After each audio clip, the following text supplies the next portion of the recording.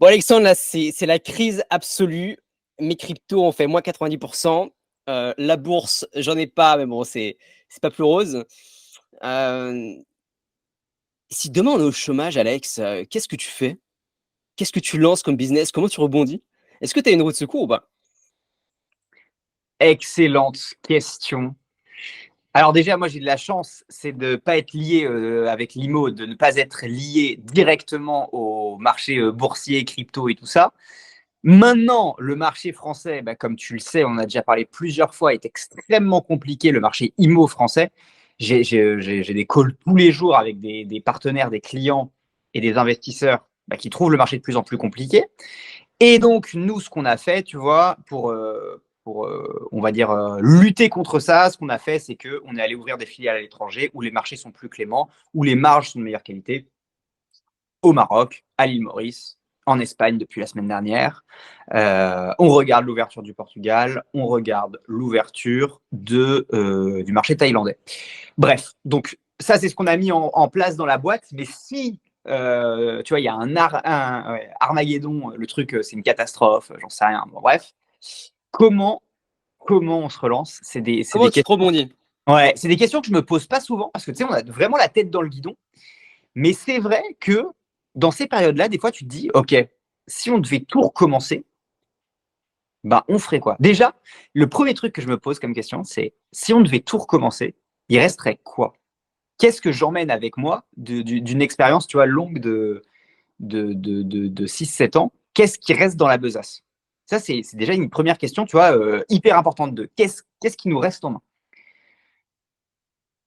Du savoir-faire, un vrai savoir-faire, tu vois, qui se développe.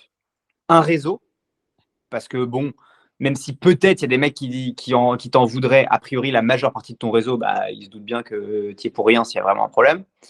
Et tes communautés. Moi, c'est les trucs que j'ai imaginés en me disant, c'est les choses qui restent tout le temps.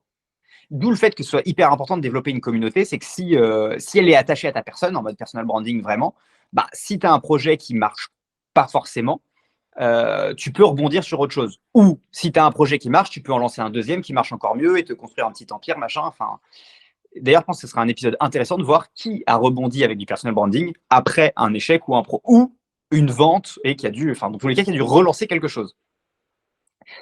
Euh, donc voilà ce qui reste. Donc moi, si j'étais ultra pragmatique, je te dis même pas, tu vois, je vais lancer tel business parce qu'en fait, lancer tel business, je te le dis maintenant, mais je ne sais pas si c'est intéressant. Mais moi, je lancerais surtout un business qui allie mes skills, mon réseau et ma communauté. Pourquoi? Parce que je sais que je peux leverager hyper rapidement dessus. Je me dirais, bah ok, j'ai une communauté de, tu vois, enfin, en tout, 400 000 personnes quand tu fous tout bout à bout, même s'il doit y avoir de l'overlap et tout ça, mais bon, bref, 400 000 personnes. Je me dirais, bah ok, qu'est-ce que cette communauté, je lui ai dit, de quoi elle est intéressée? Bah moi, essentiellement de la tech, essentiellement des conseils entrepreneuriaux. Donc déjà, je me dis, ok,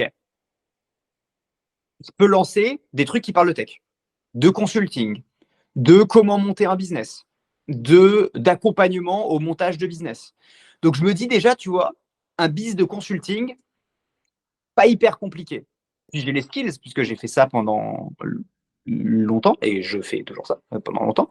J'ai été à des boards, j'ai été opérationnel, j'ai été investisseur, tu vois. Je me dis, j'ai un peu fait tous les différents postes, et donc, bah, je choisirais, tu vois, ce qui est là où je suis fort. Surtout si c'est en plus, tu vois, à un moment où tous les investissements sont effondrés, machin, bah, je choisirais là où je sais que rapidement, je peux, un, monétiser, et deux, avoir une vraie légitimité. Et trois, surtout, enfin, qui est peut-être le plus important, c'est avoir une vraie valeur ajoutée. Parce que quelque part, on en revient toujours à la même chose, mais monter un business, c'est quelle est ta valeur ajoutée, quoi. Donc voilà ce que je ferais. Une boîte de Et donc, conseils.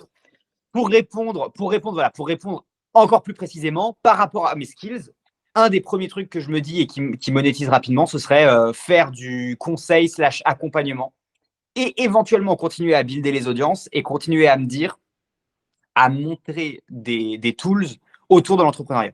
Un autre truc que je pourrais faire, et là, c'est plus parce que mon réseau me le permet, ce serait d'aller voir des gars qui ont de l'argent à investir sur les startups et d'essayer de monter dans un premier temps un club deal ou un truc comme ça, tu vois, pour eux. Et ça, c'est un truc dont on va parler, je pense, aussi dans les prochaines semaines, parce qu'on est en train, quand bien même, on est en train d'y réfléchir, quand bien même tout se passe bien chez Will, on est en train d'y réfléchir. Donc, dans tous les cas, c'est quelque chose dont on parlera. Mais voilà, je pense que la direction que je prendrais si demain je devais pivoter. Ok, intéressant. Donc, Et toi, là, je te retourne la question. Si toi, là, demain, malheureusement, on arrête NBS, c'est quoi on va dire ton orientation? bah, déjà, je trouve que ton réflexe de dire, ok, qu'est-ce que je garde? Je trouve il est top. Donc moi, personnellement, qu'est-ce que je garde? Alors, je crois pas vraiment. Alors, je suis un peu plus pessimiste que toi vis-à-vis de l'audience et de la communauté. Moi, je pense que c'est beaucoup plus compliqué que ce que l'on pense et que même des personnes avec beaucoup, beaucoup d'abonnés n'ont pas forcément une communauté. Ils ont des abonnés, mais ils n'ont pas forcément une communauté. Et donc, je serais un peu moins serein. Même là, sur les réseaux, je dois avoir 20 000 personnes qui me suivent. Quelque chose comme ça, si on prend Instagram, TikTok, et beaucoup plus en fait. Oh non, 20-30 000 qui me suivent si on prend aussi Twitter, hein. Mais je sais pas à quel point je peux vraiment aujourd'hui monétiser cette communauté. Parce que je l'ai créée de base dans le Web3, parce qu'après j'ai pivoté vers les communautés, parce qu'après maintenant j'ai pivoté vers autre chose, vers le software. Et donc il y a tellement peu de lignes directrices que je sais pas si elles pourraient me suivre sur autre chose. Donc, Attends, c'est un point. ce que je sais, ouais. Attends, excuse-moi. Ça, c'est un point super important ce que tu viens de dire parce que moi, j'ai dit quelque chose que je n'ai jamais essayé de faire, c'est-à-dire faire pivoter ma communauté, parce que moi, je suis l'inverse de toi sur ce point-là, c'est-à-dire que j'ai jamais pivoté, j'ai rajouté des petits bouts, j'ai rajouté des petits boards, des machins, mais j'ai pas pivoté complètement. Et toi, quand tu as pivoté, est-ce que tu es capable de dire aujourd'hui, et est-ce que tu peux le dire à l'antenne, qui t'a vraiment suivi quand tu as changé de projet, enfin, je veux dire, en pourcentage, ou est-ce que tu es capable de donner un éclairage là-dessus, ou tu n'as pas envie, et je comprendrais très bien, et où est-ce que c'est compliqué à définir, parce que je comprendrais aussi très bien. Non, c'est une excellente question. C'est une excellente question. En fait, je pourrais difficilement te répondre parce que lorsque j'ai pivoté, je l'ai très mal fait. Ok. J'ai pivoté au moment où je rentrais dans une sorte de mindfuck total, excuse-moi pour l'anglicisme, où en fait je me perdais, je savais plus vraiment où j'allais, je croyais plus trop au Web3. D'un coup, je partais sur de la communauté, m'échanger également. En fait, j'ai pas juste pivoté en termes de produits, j'ai pivoté en termes de personnalité sur les réseaux. Je suis parti sur du motion design sur les réseaux. Donc, je sais pas si vous voyez ce que c'est, mais c'est de l'animation assez haut niveau sur les réseaux avec une petite voix grave qui parle, avec des animations blancs et sur un fond noir. Donc, c'est très stylé, c'est très beau, mais ça n'est absolument rien à voir par rapport à ce que je faisais avant. Et donc, j'ai changé ma personnalité de A à Z lors de ce pivot. C'est-à-dire que c'était pas la même bio, c'était pas la même photo, c'était pas le même type de contenu, c'était pas le même type de lead magnet, c'était pas le même type d'email, c'était pas le même type de produit. Et finalement, même les clients que j'avais eu au sein des mercenaires du Web3, qui étaient mon produit phare lorsque lorsque je créais du contenu sur le Web3, eh bien, même eux étaient un peu paumés. Donc, grosse erreur business à ce niveau-là. Donc, je pourrais pas réellement te répondre. Après, j'ai quand même sorti un produit sur les communautés qui coûtait cher, c'était plus de 1 000 €, et certains m'ont suivi. Mais c'est des personnes qui avaient déjà acheté chez moi hier. Et est-ce qu'ils auraient encore acheté chez moi si j'avais de nouveau pivoté? Je sais pas. Voilà. Le risque, c'est quand même d'essorer vachement son audience à force de pivot, surtout lorsque on pivote de manière trop agressive. Voilà, Ok. sur cette Non, question-là. mais c'est un éclairage hyper important. Je te laisse reprendre où tu en étais, du coup. Donc, qu'est-ce que tu Mais ferais voilà. Mais c'est un éclairage hyper important. C'est de se dire, ça marche, mais avec les hardcore fans, c'est pas une conversion à 100%, quoi. non, non, bien sûr, bien sûr, bien sûr. En fait, ça dépend comment ça dépend comment tu pivotes. Il y a des personnes qui arrivent à pivoter de A à Z. Il y a notamment Jigme sur les réseaux. Hein, c'est Oui, un ancien mec qui faisait des vidéos humoristiques. Et il a pivoté de A à Z depuis 5 ans, je crois, sur des vidéos de bouffe. Plus permaculture, bien sûr. Et finalement, il a suivi sa passion et ça a cartonné, mais ça a mis du temps, hein. Ça a mis du temps avant de réellement marcher. Donc lui, pareil, pivot de A à Z. Je crois qu'en plus, il était parti sur le même type de compte Instagram. Et donc, initialement, à mon avis, il y avait une rupture qui s'est créée avec son ancienne audience.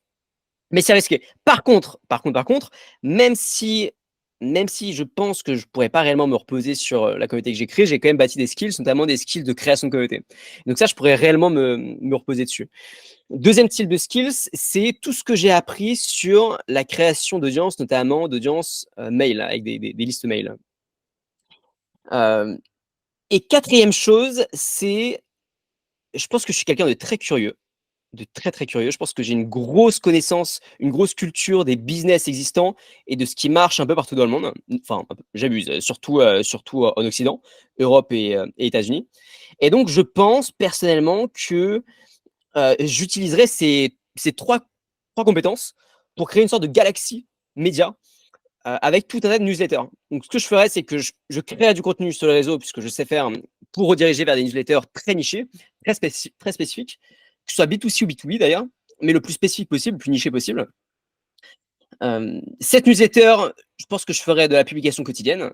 Et puis après, j'essaierai de trouver une manière de monétiser, soit via de la sponsor. Je suis pas trop fan de l'affiliation, donc j'essaierai peut-être de créer un produit communautaire. Les communautés, c'est quelque chose que je maîtrise pas trop mal.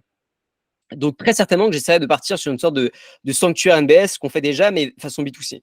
Je pense que le même modèle, mais pour réunir des mères de famille, des pères de famille, pour réunir des adolescents, pour réunir, je sais pas, des personnes passionnées de lecture qui veulent se réunir tous les 15 jours pour parler d'un bouquin, ou alors des passionnés géopolitiques, ou alors des passionnés d'économie ou que sais-je. Je pense qu'il y a moyen de créer un produit assez similaire. Et donc, voilà, très simplement, je prendrais les skills de création de contenu pour obtenir du lead gratos, puisque je pars du principe que j'aurai plus de thunes. Je prendrai mes skills de newsletter pour créer tout un tas de newsletters dans pas mal de niches spécifiques. Et ensuite, mes skills en termes de création de communauté pour créer une sorte de structure NBS façon B2C, où finalement, j'aurai un seul produit vers où j'essaie de rediriger tous les leads de la newsletter. Et très certainement avec un abonnement aussi pas très cher, puisque ce serait du B2C, donc entre 49 et 100 euros par mois. Ok. Écoute, très clair. Maintenant, si on se dit, tu vois, ok, donc on a un peu analysé en se disant, ok, si ça arrivait à nous, ok.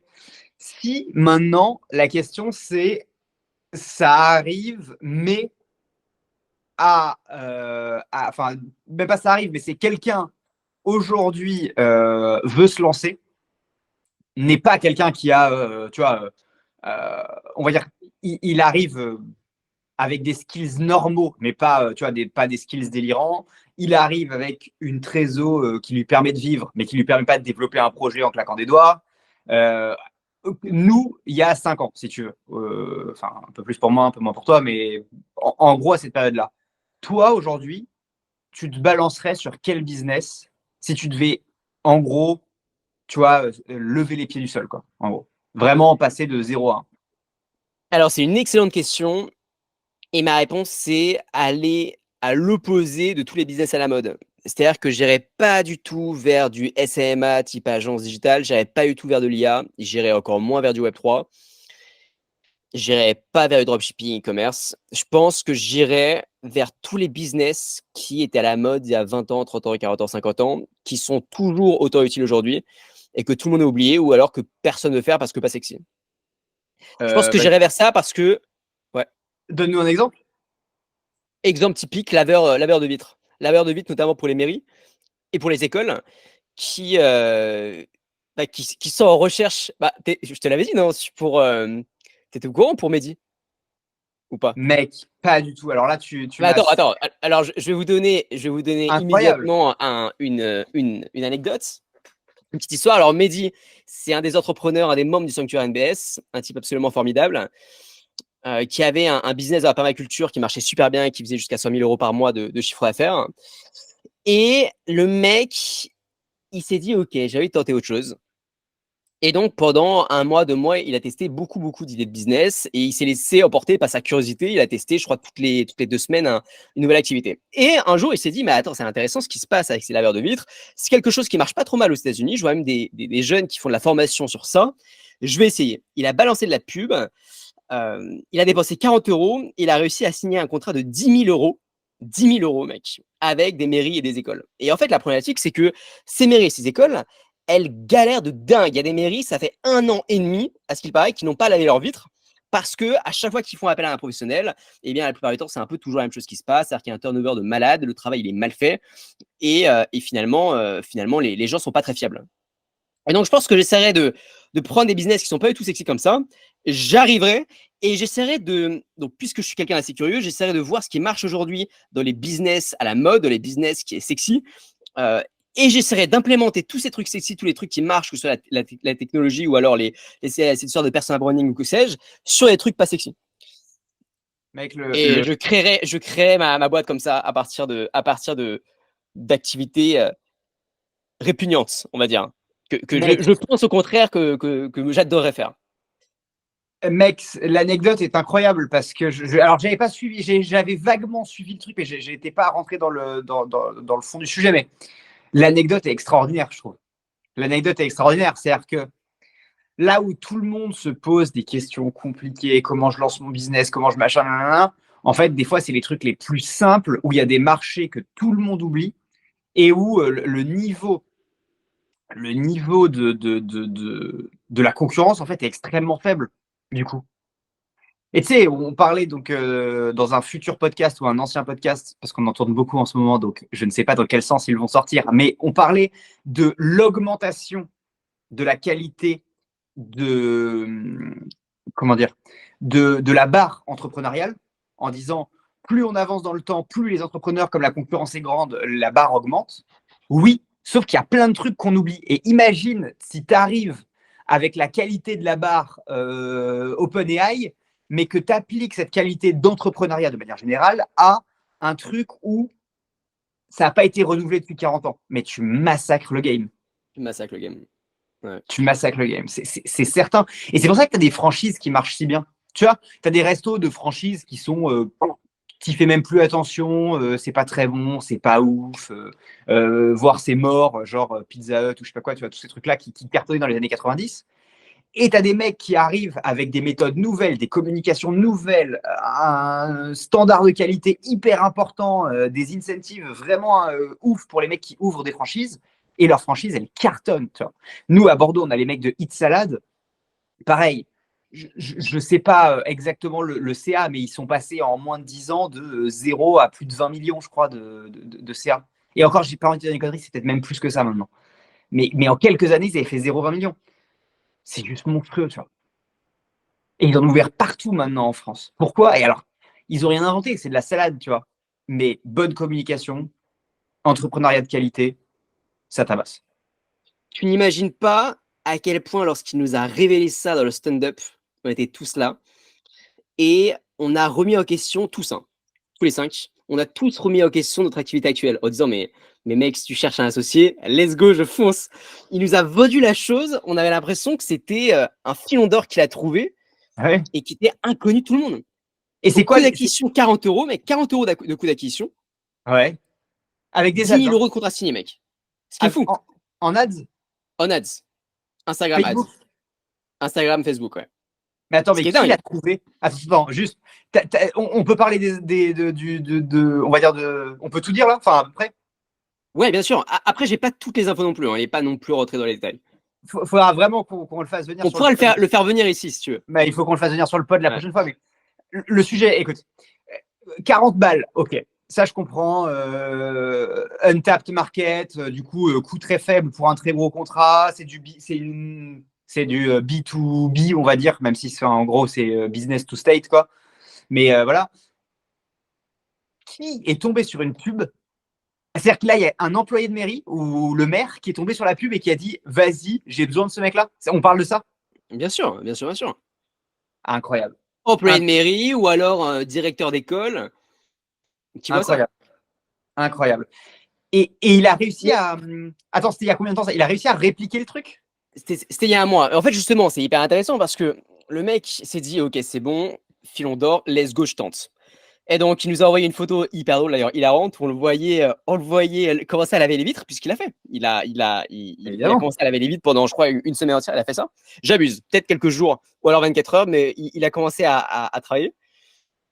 Et en fait, la grande question, c'était, Ok, c'est hyper rentable de le faire d'un point de vue freelance. C'est hyper rentable, pas forcément d'ailleurs stimulant intellectuellement à faire ça tous les jours pendant un an. Je pense qu'au bout d'un moment, c'est pas facile. Mais à quel point est-ce que ce type de business est vraiment rentable et vraiment intéressant à partir du moment où on essaie de le scaler? Et ça, je pense que c'est la grosse difficulté. Parce que ça reste de l'humain, et ça reste de l'humain qui n'est pas du tout scalable, laveur de vitres. À part si je commence à mettre des robots, mais là, d'un coup, on parle quand même de gros investissements. Ouais, Et puis, il y a déjà des trucs qui existent, et puis c'est un autre marché. Et puis d'ailleurs, les écoles et les mairies, j'ai l'impression qu'ils sont plus à la recherche d'humains aujourd'hui qu'à à la recherche de robots. clairement. Mais Mais même si attends, on peut aussi refaire un pont sur ce qu'on disait lors de dernier podcast sur les Tesla robots, peut-être que ça pourrait être aussi la solution. exactement. Mais alors attends, juste, et le contrat avec 10 000 euros, il est pour combien de temps? Je sais pas. Je sais pas.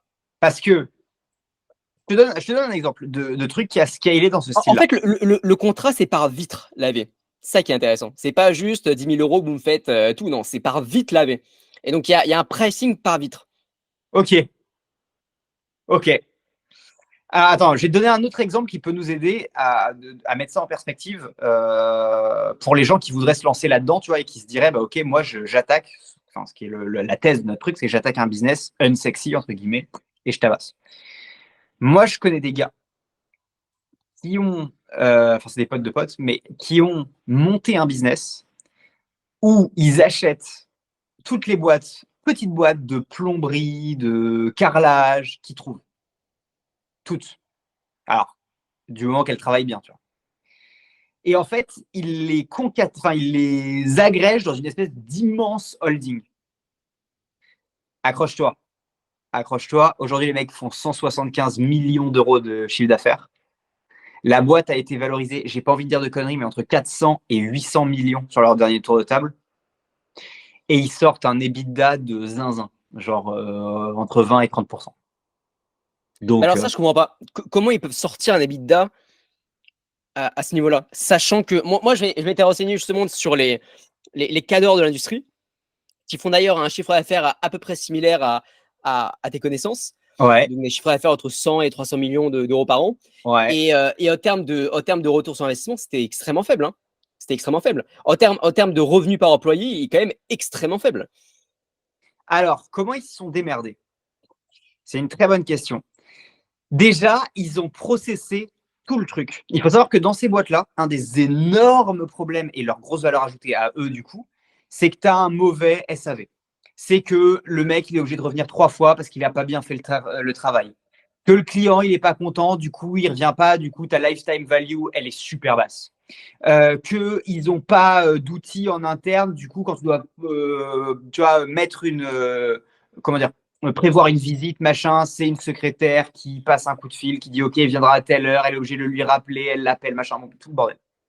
Les mecs ont fait, en fait, le front office d'une boîte de plomberie avec le back office d'une boîte tech.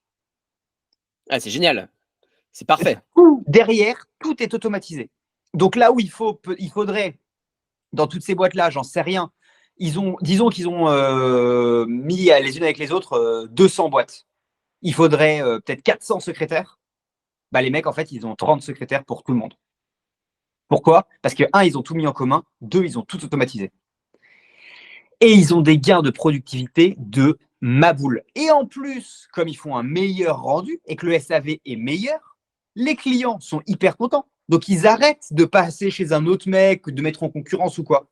Du coup, tu peux facturer un peu plus cher. Du coup, tu peux avoir des clients récurrents. Et en fait, tu finis par avoir des clients qui disent bah, je préfère passer par toi.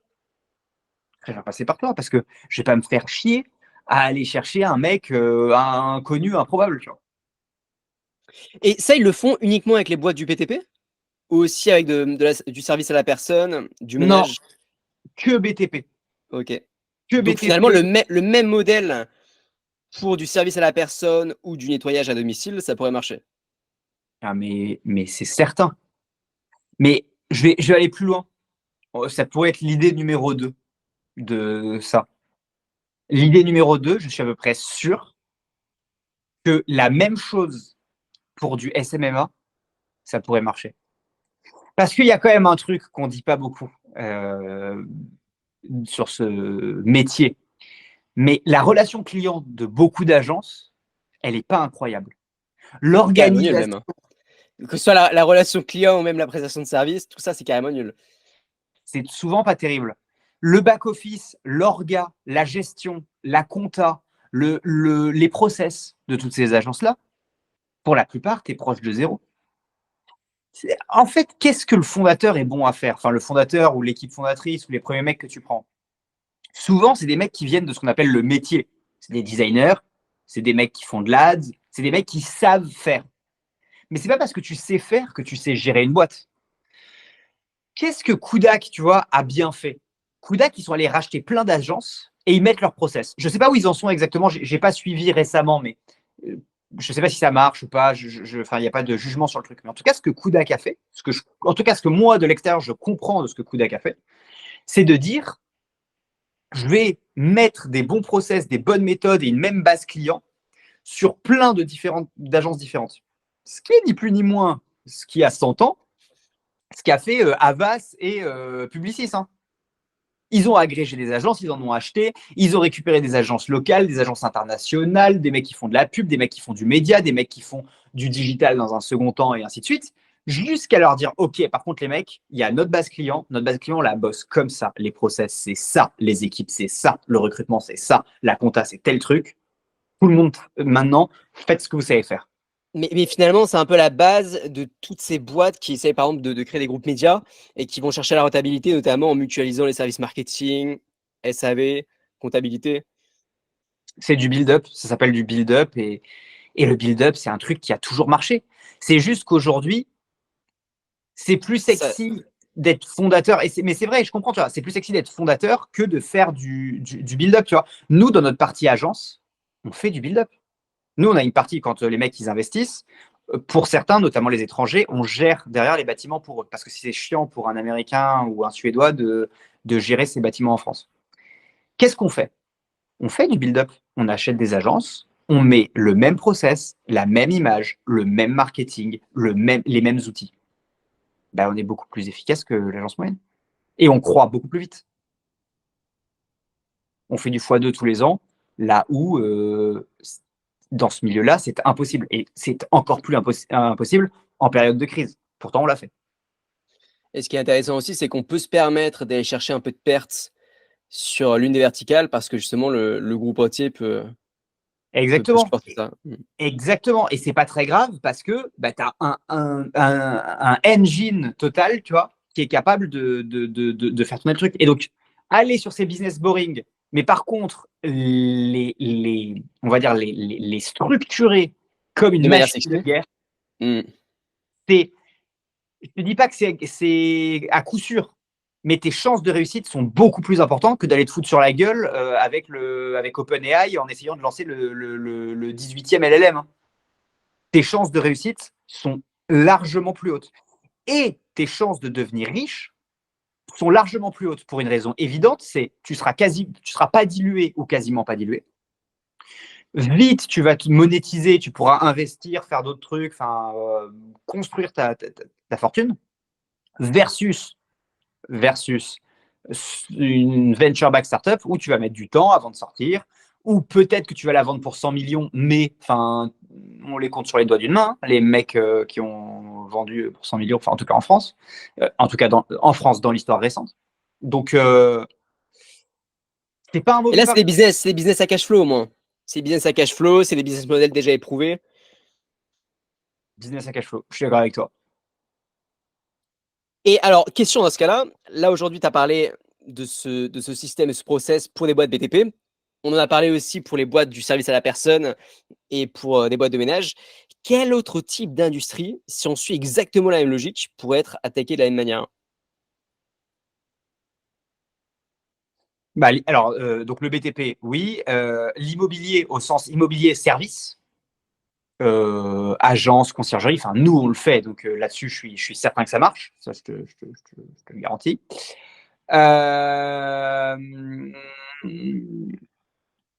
système de franchise. Système de franchise, salle de sport, machin. Mais là, il y a déjà des contenders. Là tu as déjà des mecs en salle de sport, en truc de bouffe qui sont très, très bons. McDo, c'est ni plus ni moins que des mecs qui sont très, très bons en process. Hein. Enfin, je veux dire, alors après, tu mets tout le marketing, tout ce que tu veux, mais voilà. Euh, Les médias aussi, du coup. les médias, ça marche bien. Du SaaS qui n'a pas besoin d'un gros branding. Je veux dire, du SaaS pour. Tu pourrais très bien avoir genre The SaaS Group, si tu veux. Et The SaaS Group, à l'intérieur, tu as SaaS pour agent IMO, SaaS pour coiffeur, SaaS pour resto, SaaS pour. À partir du moment où tu n'as pas besoin, tu vois, d'avoir du branding, tu n'as pas besoin d'être Quanto ou PayFit, il n'y a pas vraiment de raison. Tu vois, tu pourrais le faire. Les coiffeurs, d'ailleurs. Tout ce qui est service à la personne, coiffeur, salon de massage. Mais en quoi, pour le coup, ces boîtes-là pourraient bénéficier là où là où des laveurs de vitres, je peux comprendre parce qu'à tous les cas, aujourd'hui, il y a des gros problèmes, des problématiques notamment de turnover et de qualité. En quoi un salon de coiffure pourrait bénéficier de process de notre groupe? Enfin, je veux dire, il n'y a, Ah pas- bah, y a pas de, y a pas de turnover forcément. À partir du moment où tu veux te couper les cheveux, bon, bah, tu viens, tu as forcément un coiffeur et il te coupe les cheveux. c'est vrai. Je connais pas bien le monde des salons de coiffure, mais je me dis, je vois bien un bon paquet de salons de coiffure vieillissants. Tu vois. Ah ouais, c'est clair, hein. Et peut-être en changeant le marketing. Tu vois beaucoup de marketing, toi, pour les salons de coiffure et tout, de Non, différentes. et d'ailleurs, ça pourrait être une narrative intéressante. Ça, t'imagines un salon de coiffure comme narrative, euh, on vous coiffe comme les stars. Et donc, ils choisissent la tête de star qu'ils veulent et on fait un copier-coller de la coiffure de la star en question. Ça pourrait être stylé, non? Je sais pas si je suis le bon gars pour parler de ça. Je sais pas si je Non, suis mais le bon imagine, gars. imagine, aujourd'hui, il y a énormément de filles, de femmes qui sont fans de la K-pop, mais fans Ouais, ultimes, tu vois. ouais. Imagine demain pouvoir payer un peu plus cher, 10 euros plus cher leur coupe, s'ils pouvaient avoir exactement la coupe de Lisa, qui est une chanteuse très connue du groupe Blackpink. Bah, je pense qu'il pourrait faire. Aujourd'hui, ça se fait déjà de manière plus ou moins indirecte parce qu'on montre une photo et on dit bon bah est-ce qu'on peut avoir un truc un peu similaire. Mais Ouais. imagine vraiment une narrative sur ça, type bah, nous on est vraiment formés pour ce type de coupe de cheveux, on est formés jour et nuit, bah, on s'entraîne sur une centaine de patrons de cheveux de star et donc vous avez plus de chances de réussite d'obtenir eh bien ce type de coupe. Franchement, why not, hein. Ça pourrait être un épisode intéressant, ça en vrai avoir, on se donne 3, 4, 5 business aujourd'hui qui existent depuis la nuit des temps et imaginer de nouvelles narratives, un peu comme ce qu'on a fait d'ailleurs pour l'immobilier. On a imaginé, Ouais, finalement, hier c'était l'immobilier de gestion, de financier, et aujourd'hui on bascule un peu plus vers l'immobilier de concept. ouais. Peut-être que le même type de réflexion pourrait s'appliquer au salon de coiffure, au salon de Ouais, nettoyage. clairement, mec, tout est envisageable. Tu vois, en fait, ce qu'il faut se dire, et ça, je pense que ça c'est quasiment. Enfin, tu vois, pour revenir sur la base qui était de se dire, OK, qu'est-ce qu'il faudrait lancer maintenant comme business? Qu'est-ce qui est intéressant? Je crois qu'il y a un truc à garder en tête, et je crois qu'on en avait déjà parlé dans un ancien podcast, mais on est en train de vraiment arriver sur une des plus grandes mutations de génération de l'histoire où un maximum de business qui ont été créés par des gens qui ont entre 55 et 70 ans ne trouvent pas preneur à la vente. C'est une catastrophe aujourd'hui. Encore une fois, je le vois dans les agences immobilières, mais des restos, des entreprises industrielles, des entreprises d'ingénierie, il y a des paquets, des paquets et des paquets d'entreprises qui ne trouvent pas preneur parce que les gens ont préféré lancer des startups, parce que les gens ont Et, préféré. et dans ce cas-là, qu'est-ce qui se passe? Quand le mec il part à la retraite, il veut absolument arrêter, il trouve pas preneur, il le donne. Quelle est la procédure? Tu liquides la boîte. Tu liquides. Ok. C'est une liquidation. C'est une liquidation. Alors, si le mec ne trouve pas preneur, qu'il n'y a plus d'actionnaires, que personne ne veut acheter et ainsi de suite, bah tu liquides la boîte. Pour la petite histoire, ça arrivait il y a 20 ans, 30 ans, il y a longtemps, enfin 25 ans peut-être, à mon grand-père. Il était numéro 2 d'une boîte. Il avait fait sa carrière dedans. Il arrivait, il devait avoir entre 45 et 50 ans, je sais pas, 51 ans peut-être, je sais pas trop. Et la boîte qui cartonnait, le mec ne voulait pas la vendre. Lui, c'était pas qu'il trouvait pas preneur, parce qu'à l'époque, ça marchait très bien. C'était, voulait absolument pas la vendre. Les comptes de la boîte étaient pleins de cash, mais ils refusaient de vendre. C'était en mode après moi le déluge. Il y a eu un procès. L'équipe, donc mon grand-père et tous les employés machin ont perdu parce que eux voulaient reprendre la boîte. Le mec a eu le droit de fermer sa boîte. Il a fermé la boîte. Mon grand-père du jour au lendemain, alors a eu un prix de départ machin et tout ça, mais s'est retrouvé sans pouvoir récupérer la boîte.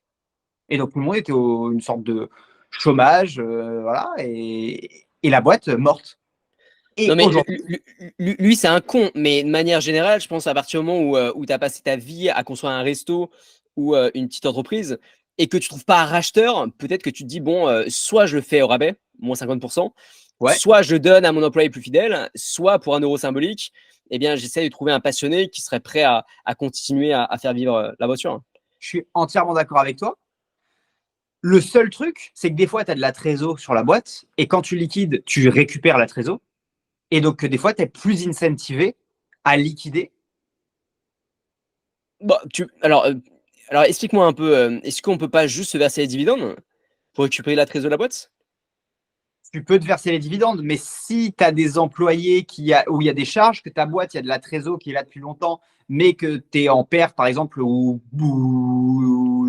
enfin, ric-rac depuis plusieurs années, ce qui est le cas de beaucoup de boîtes aujourd'hui, eh ben non, c'est la liquidation qui te donne ta trésor. Tu peux pas piocher comme ça dans la trésor d'une boîte, ce serait de l'abus de bien social, tu vois.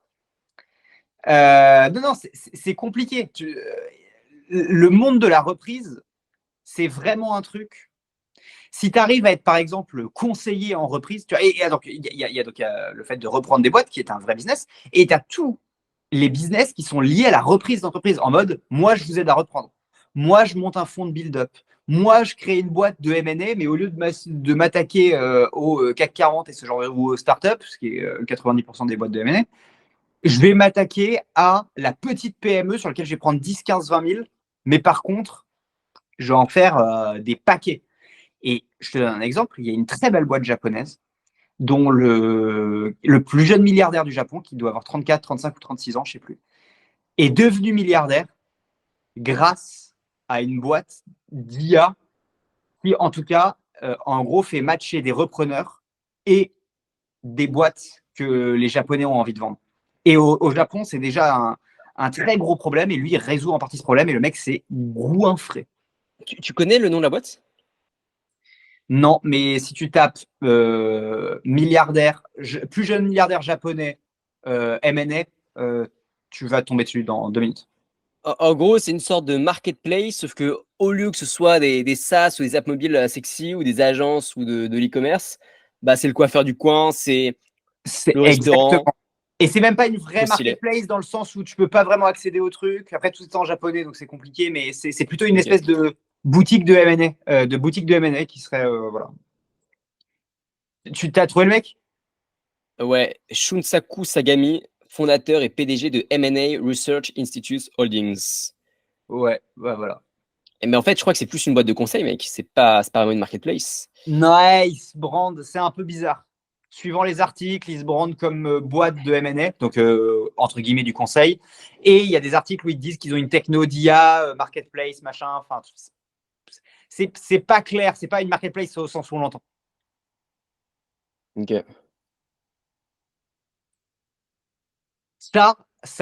Autre business à lancer. Si C'est quelqu'un hyper intéressant. Ouais. a du temps pour faire ça en France, je suis sûr que ça. Enfin, en France, peut-être que le marché n'est pas assez gros, mais en Europe, ça cartonne.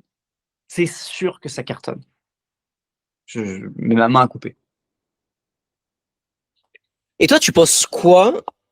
Et je pense qu'on pourra finir sur ça, mais la même chose, mais pour du média papier.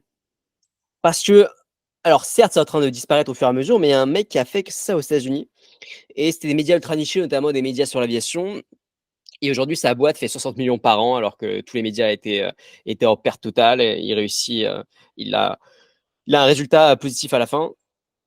Donc, très belle reprise, très belle restructuration. Et il a développé en plus d'autres business units autour de ça.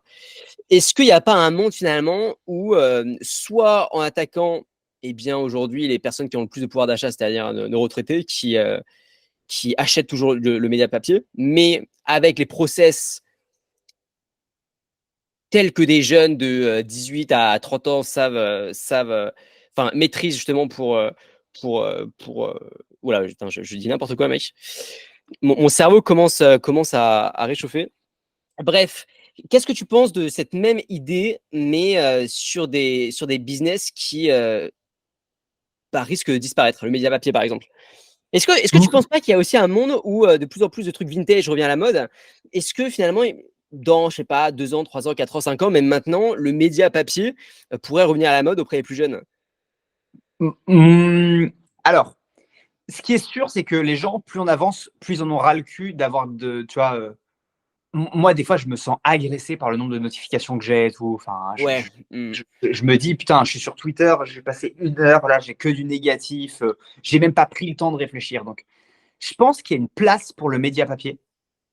Par contre, ce qui est sûr, c'est que tu peux plus le valoriser comme avant. Donc, il faut vraiment, si tu fais ça, il faut vraiment que tu achètes pas cher parce que ton marché, il va se shrinker à mort. Il y aura toujours des gens, mais ce ne sera pas la majorité.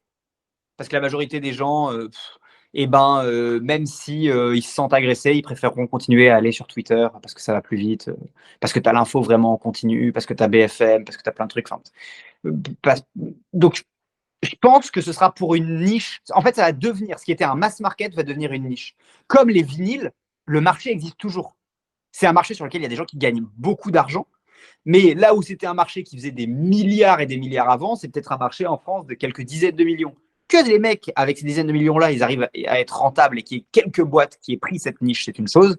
Mais je pense que le média papier risque de devenir un média de niche. Et va pas y avoir un revive complet. Moi, je vois bien ce truc-là play comme ça, tu vois. Ok. Tu crois pas qu'il Mais pourrait y avoir une résurrection de ce média papier, un peu comme le fait maison maintenant? Beaucoup de personnes, en fait, j'ai l'impression qu'il y a des mouvements. C'est-à-dire qu'il y a tous les prix baissent parce que d'un coup, il y a de l'IA qui arrive, parce que d'un coup, on arrive à produire à l'étranger. Et donc, on abandonne tous les trucs qui valaient cher hier, que l'on peut obtenir pour soit gratuitement, soit beaucoup moins cher. Et puis petit à petit, que ce soit par patriotisme, ou alors que ce soit par soutien des petits fabricants, des petits producteurs, ou alors que ce soit par simple confort ou par qualité, eh bien, on va décider de revenir sur des choses un peu plus chères.